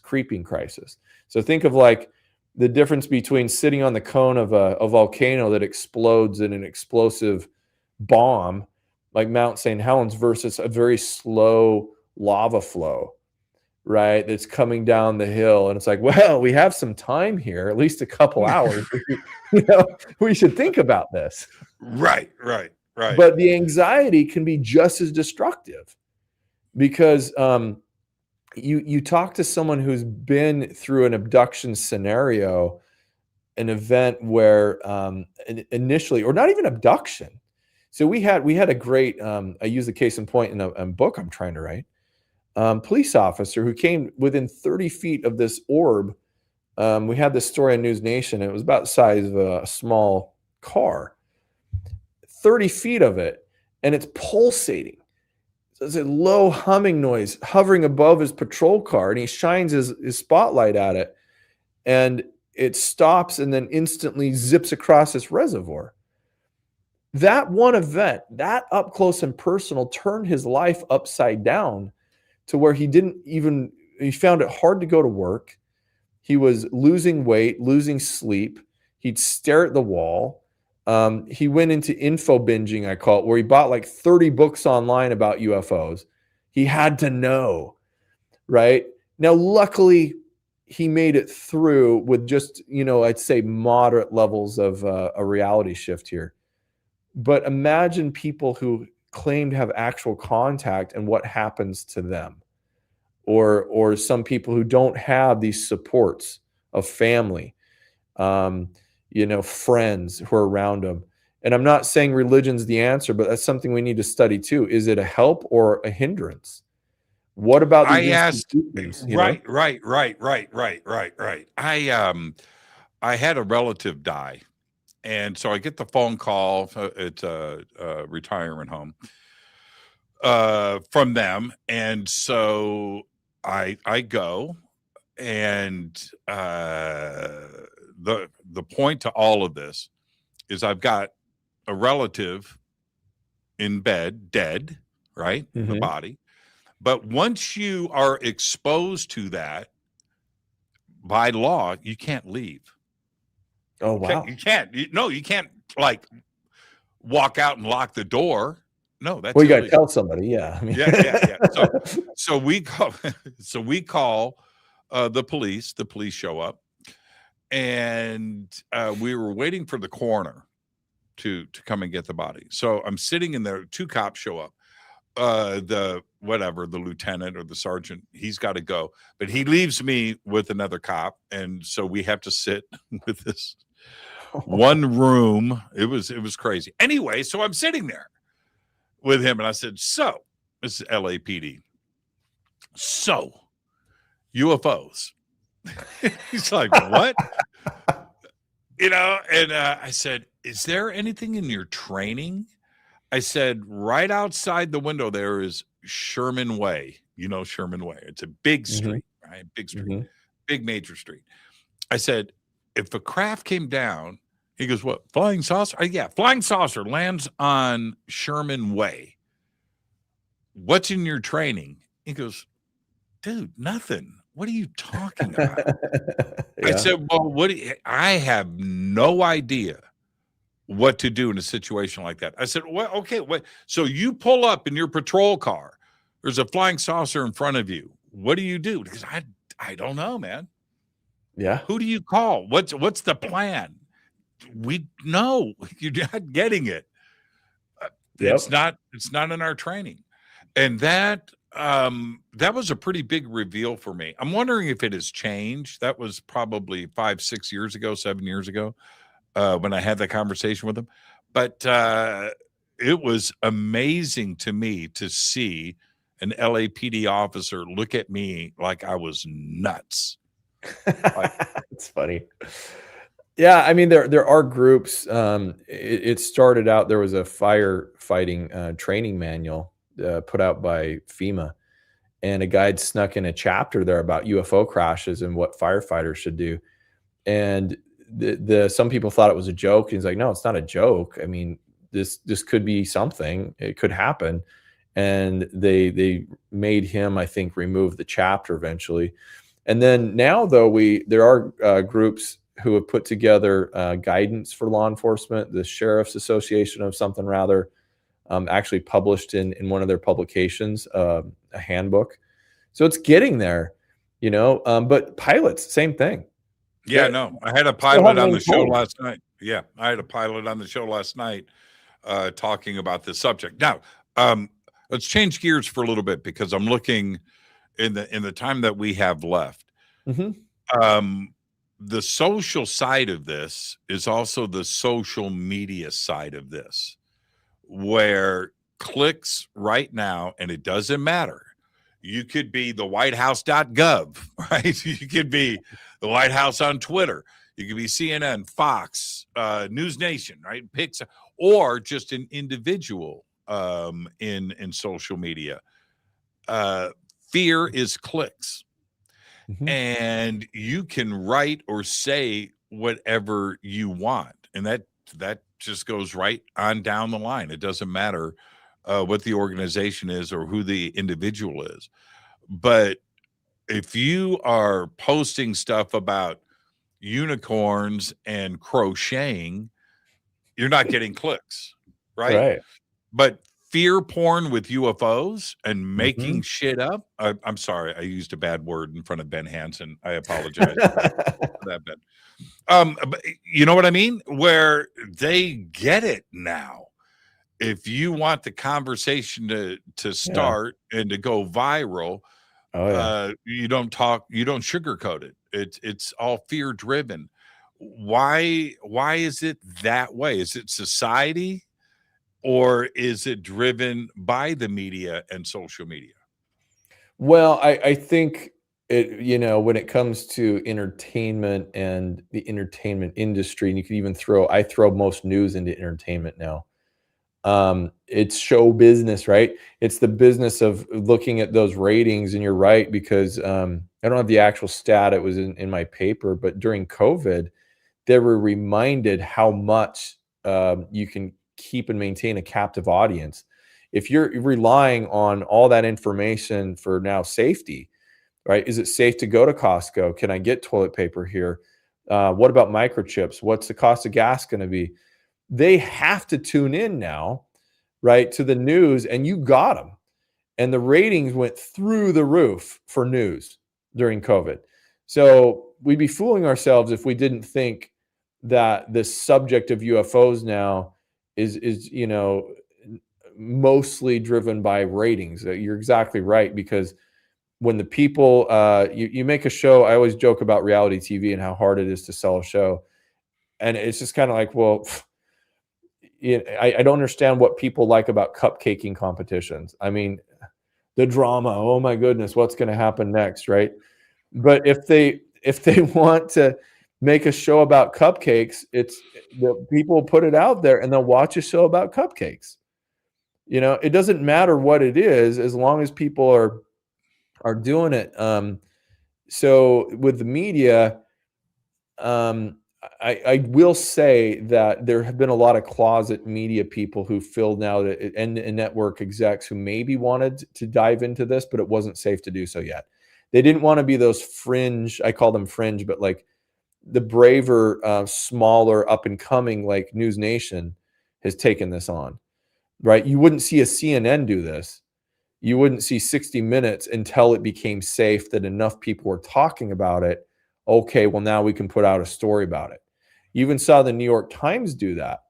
The New York Times took a big risk and ran, was it 2017? They ran the story, with Ralph and Leslie Keene, and they put that out there. And they came back years later and sort of retracted and had A rebuttal article. Yeah. yes, exactly.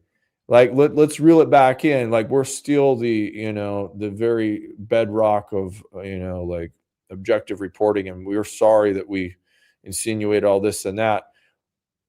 I don't know why. I think you can speculate as to why that happens, but you'll see that pushing and pulling until it becomes absolutely obvious that their audience is not going to go along with them anymore if they don't cover it. Well, look at let's bring up NewsNation as an example. Alternative, I would call that alternative media, right? Not one of the big networks, but NewsNation has built part of their foundation is UFO and UAP coverage. And one of the few that, I mean, everybody will jump on it, like McCaslin. I was watching the headlines last week on this, where suddenly UFO is part of the headline now with McCaslin. A missing general worked in secret UFO programs, with ties to UFOs. But NewsNation has been taking those chances, and a big chunk of this, and I want to ask you about this. They don't necessarily take the fear angle on this. They take the disclosure angle, right? For sure. Is that a conscious effort by NewsNation that other networks should maybe take a note of, and maybe not drive the fear card as hard? Yeah, I think you see more the specials kind of push the fear thing. like I don't see so much. What I like, the biggest improvement is the chuckling and stuff has disappeared. And I'll call out some names, but you look at Jesse Waters, for example. Waters, when he was at, you were probably even, I don't know if you were there that year, UFO Congress. But when he went and Travis Walton was there, I told Travis I do not interview with him, because he was working for Bill O'Reilly and he'd send him out, he'd do his field interviews, and he totally mocked Travis, completely mocked him, and they only focused on people with tinfoil hats. It was this fun little thing. I don't know where he personally stands on it, but that was his shtick, right? Now that he has his own show and things have become mainstream, I was watching the other day, whereas I give a little crack of a smile, it's not because I think it's funny to some things. I'm thinking about how some other people are going to react to me saying certain stuff, right? Because I don't find any humor in making fun of anyone, abductions or whatever. But he can go through a whole news segment that sounds pretty absurd about UFOs and not even crack a smile and just matter of fact now. That's a huge change. So going back to your question about fear, they're more willing to entertain possible conspiracy connections. But you're right. I think NewsNation is pretty much walked the line right down the middle, and just like Ross did a great one on the mummies, the Nazcan mummies and stuff. And it's like, look, reporters need to remember, unless you're editorializing, which happens in politics all the time, I don't want to hear really your agenda. I want you to tell me the pros and cons. I want you to tell me what the evidence says, what we know, and let the people make up their mind. And that's the most honest reporting I think that we can get, and gaining that trust as all this stuff is going to start avalanching and coming forward. Why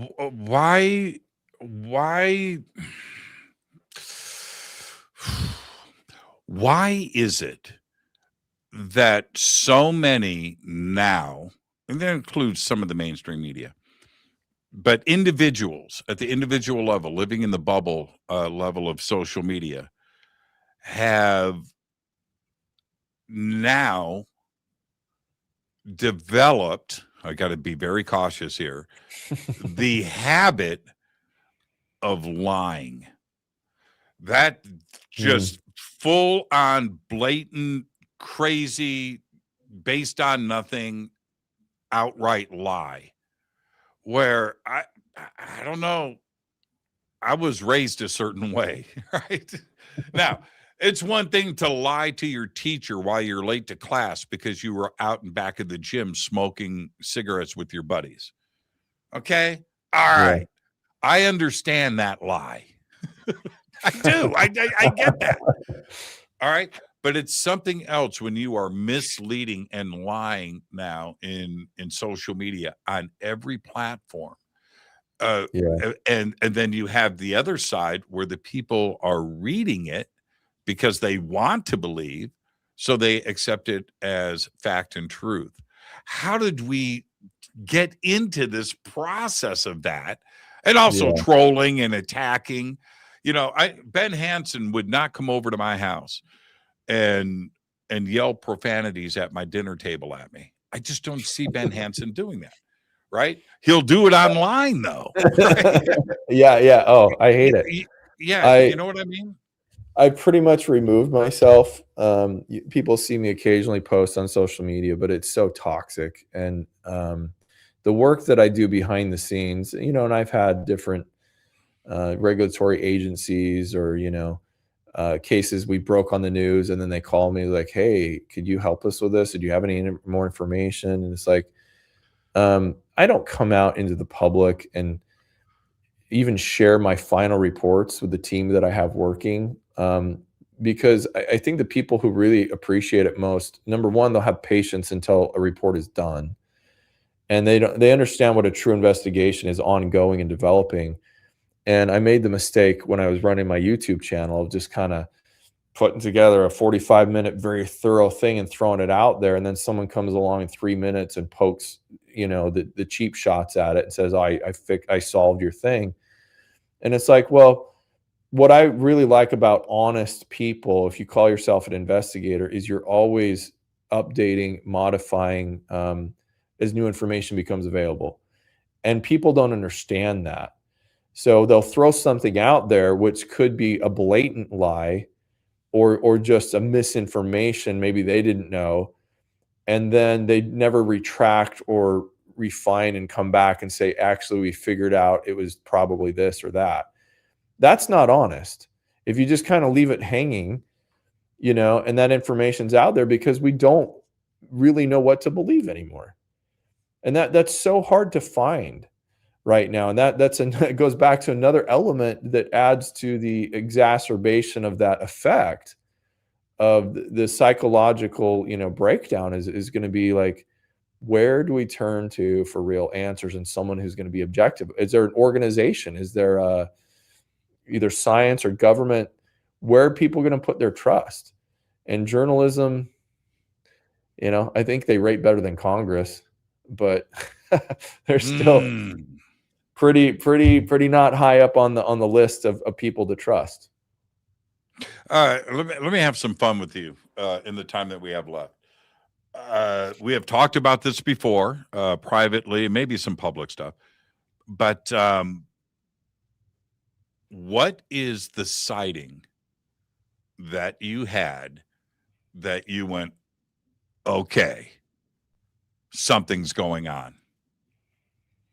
Tell me about that sighting. I know you've had a few, but yeah, there's three. There's actually three. It's hard to choose like my favorite child here. But it's the closest one. Okay. The very closest one was actually in Huntington Beach and in California here. And it was gosh, I should know right off the bat. It was May 2012, I think it was. So I was not married yet. I was with my now wife, and we were jogging on the high school track, and they featured this in UFO Witness, a really quick little segment about what I saw. But basically, I had run like a mile and a half, and I laid down in the middle of the football field, and I was like stretching my quad. So the sun had gone down. It was about after 9 o'clock. And there's an Albertsons grocery store, which is just across the other side of the school stadium. And they have these big bright like mercury lights. You can't see them because the bleachers are blocking that side, but you can see a glow coming up kind of over the stadium side. And as I'm sitting there, I watched out of nowhere these 3 points of light that were spherical, cream colored. They look like medicine balls, like at the gym that you do your sit-ups on. And I could faintly see that they were definite spheres on 3 points of a triangle. And I vaguely made out a connecting line between them. So I knew it was a solid structure because I watched it go through the marine layer. So here on the coast, how it usually hovers about 1,000 feet. That marine layer, I actually watched the cloud go over the leading edge of this craft, and it briefly just disappeared, and then it rolled off of it. And I later looked up the weather report, and I can place that at 1,000 feet, completely silent. And this thing, that was the eerie thing about it, because it came over in about 4.5 seconds, and went over the whole stadium, and then was almost out of view, just like that. The eerie thing, and where I thought I was drinking the Kool-Aid, was everyone talked about, like these cloaking capabilities. Well, the underside of it looked like it was either painted the same as the sky above, or it was transparent. And I saw this thing, and my wife is running around the corner, and she comes back up, and I look at her. She looks at me, and I go, I think and I finished, or she said that, and I go, saw a UFO. And like, you saw it too. So I was so happy that I had somebody else, that I didn't hallucinate this thing. She saw it a little different angle, a little different description, but it came perpendicular from the coast. When I drew it out on a map, it would have come headed straight perpendicular to the coast. And if you continue that line, it goes to. So areas was it south. going? So it was south to north. Well, you know how the coastline Yeah, because right Huntington here Beach down travels there. northwest to southeast. Right. So perpendicular, it's basically traveling northeast, but it coming straight in from the coast. And then a couple minutes later, I got on the phone and I was talking to my dad, telling him about this, and two objects came back the other way. They're much higher, and they look like white jets, but completely silent, going the other way. And I'm like, what is going on? I have no idea here, but I always had believed the triangle stories, but to actually see one of these things, why? Again, the questions: why would you fly it over a populated area if it was ours, if you're trying to hide it? I've got the feeling, though, that it was trying to use stealth cloaking, but they weren't able to completely eliminate the part around the spheres. That it couldn't be completely dark for some reason. That's very similar to something that I saw last year, maybe a year and a half ago. And okay, so here's the quick version of it. After the show, it was a meteor shower that night. So that was happening at a certain time, 10 o'clock or something. And it was going to kick off the most populated time of the meteors. So I go upstairs on my back patio and I walk out. I've got binoculars and stuff, and I'm facing Skunk Works. All right. So I'm facing east, and I immediately see the meteors. Right. It's like, okay, wow, this is jumping off. Right. Oh, this is cool. So I'm watching the meteors, but right below the meteor shower is Skunk Works, and I see this white light just going back and forth, but I don't hear anything. I just see this bright white light staying right above Skunk Works, which is a no-fly zone. Right. Obviously, definitely. Right? And so I'm watching that, but I'm also watching the meteors. And then after about maybe 15 minutes of this, then this white light like caught my attention. I thought, what? Okay, so what is that? And it's just going back and forth right above Skunk Works, but it's bright. And then it stops. And Ben, as I live and breathe, this thing turns and comes straight out over my house and stops. And I'm looking right up into it. Now it's 3 lights. Okay, 3 lights. And the lights are strobing really fast. Like fast strobing. Wow. And above me, I'm going to say 500 feet, not very high. And it's big. It's probably, I have no idea, but 50 to 100 feet, if I was going to guess, like that. Okay. So, but I couldn't see the shape. 3 lights makes a triangle, right? That's your stool, right? Right. So no matter what you do with that. So that I'm looking at, there was nothing in the middle, and I couldn't see the outside shape, but no noise. And it was right there. And I'm looking at its belt, and then it goes back. It goes back, and it's doing its thing above Skunk Works. Might it come over above my house? I don't know. I'll speculate on that. That was pretty wild. But I got a really good look at it. Just silent. And it was big. Almost like it was a show put on for you, right? I got bored. I hear that too from people. Yeah. It's like, why would I, stop watching it? These weird psychological effects, or why do people get out of their car, stare at it for 5 minutes, not say a word to each other, don't talk about it on the way home, and maybe weeks or even years later, like, oh, remember that weird thing we saw? Right. I do that all the time. But back to your point, you said that it was the color of the sky underneath it. So it's above my house, and I'm looking at its belly, but it's black. It's the color of the sky. Yeah. I could not make a shape out.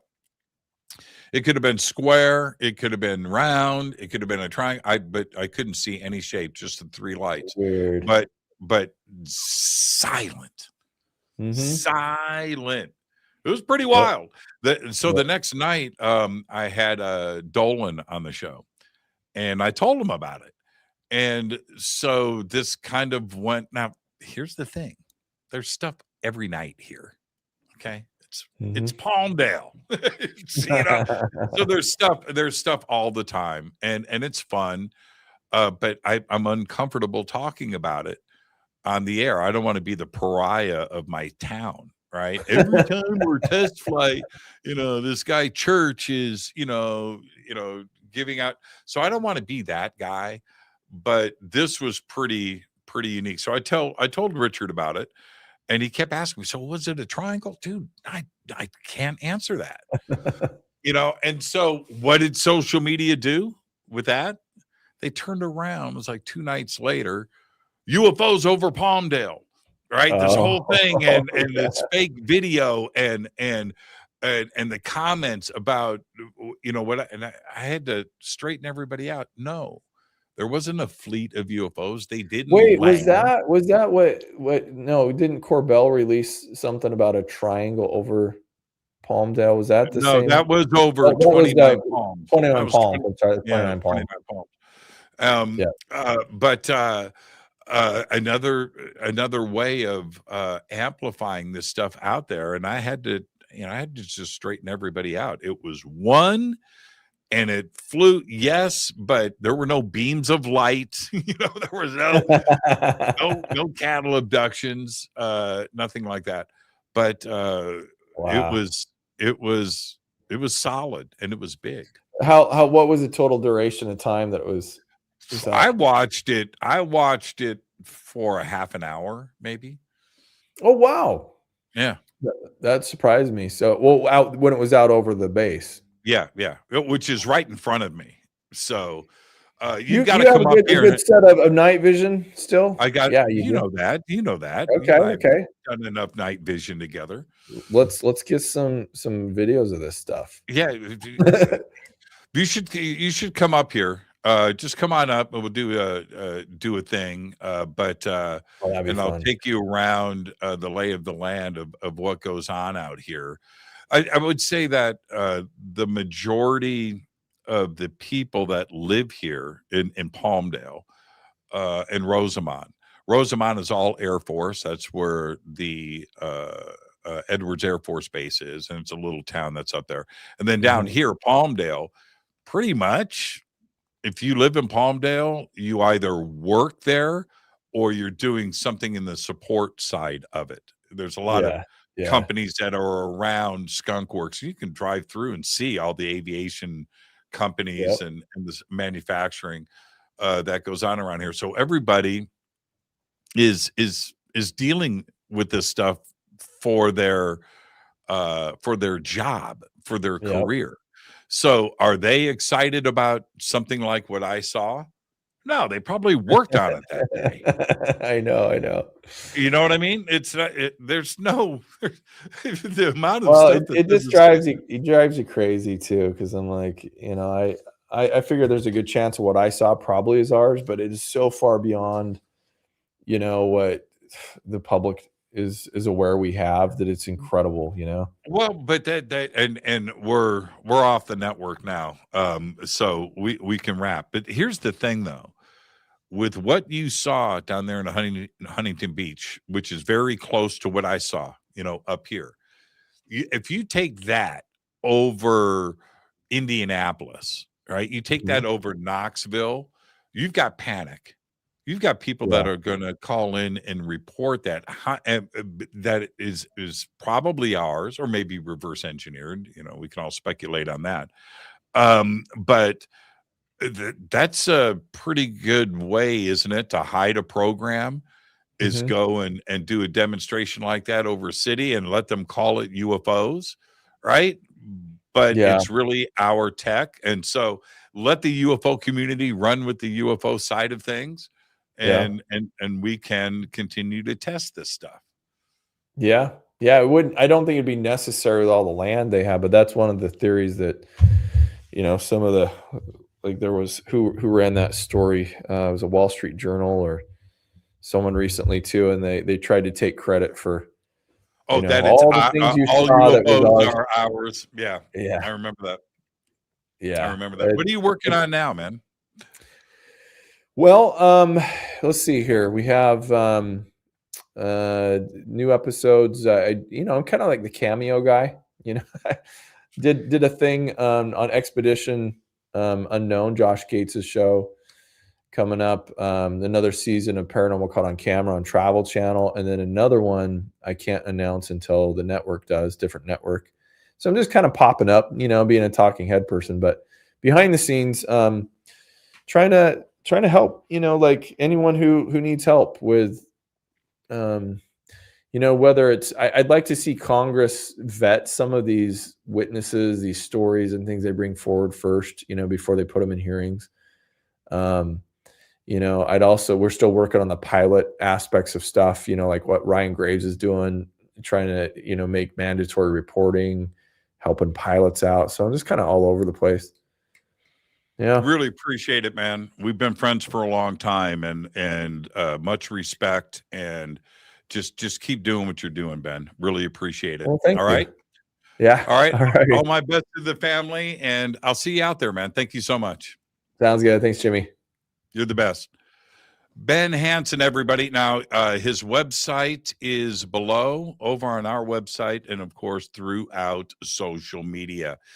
What a fantastic conversation tonight. Before I get out of here, I want to remind everybody that tomorrow night, Jason Quitt is here for Quitspiracy 15. It's going to be a lot of fun. So I'll see everybody tomorrow night. But until then, all I've got is Go Back, Lee Tap. Fade to Black is produced by Hilton J. Palm, Renee Newman, and Michelle Freed. Special thanks to Bill, John, Dex, Jessica, Dennis, and Kevin. Webmaster is Drew the Geek. Music by Doug Aldrich. Intro, Space Boy. Fade to Black is produced by KJCR for the Game Changer Network. This broadcast is owned and copyrighted 2024 by Fade to Black and the Game Changer Network, Inc. It cannot be rebroadcast, downloaded, copied, or used anywhere in the known universe without written permission from Fade to Black or the Game Changer Network. I'm your host, Jimmy Church. Go back, Lee Tappy.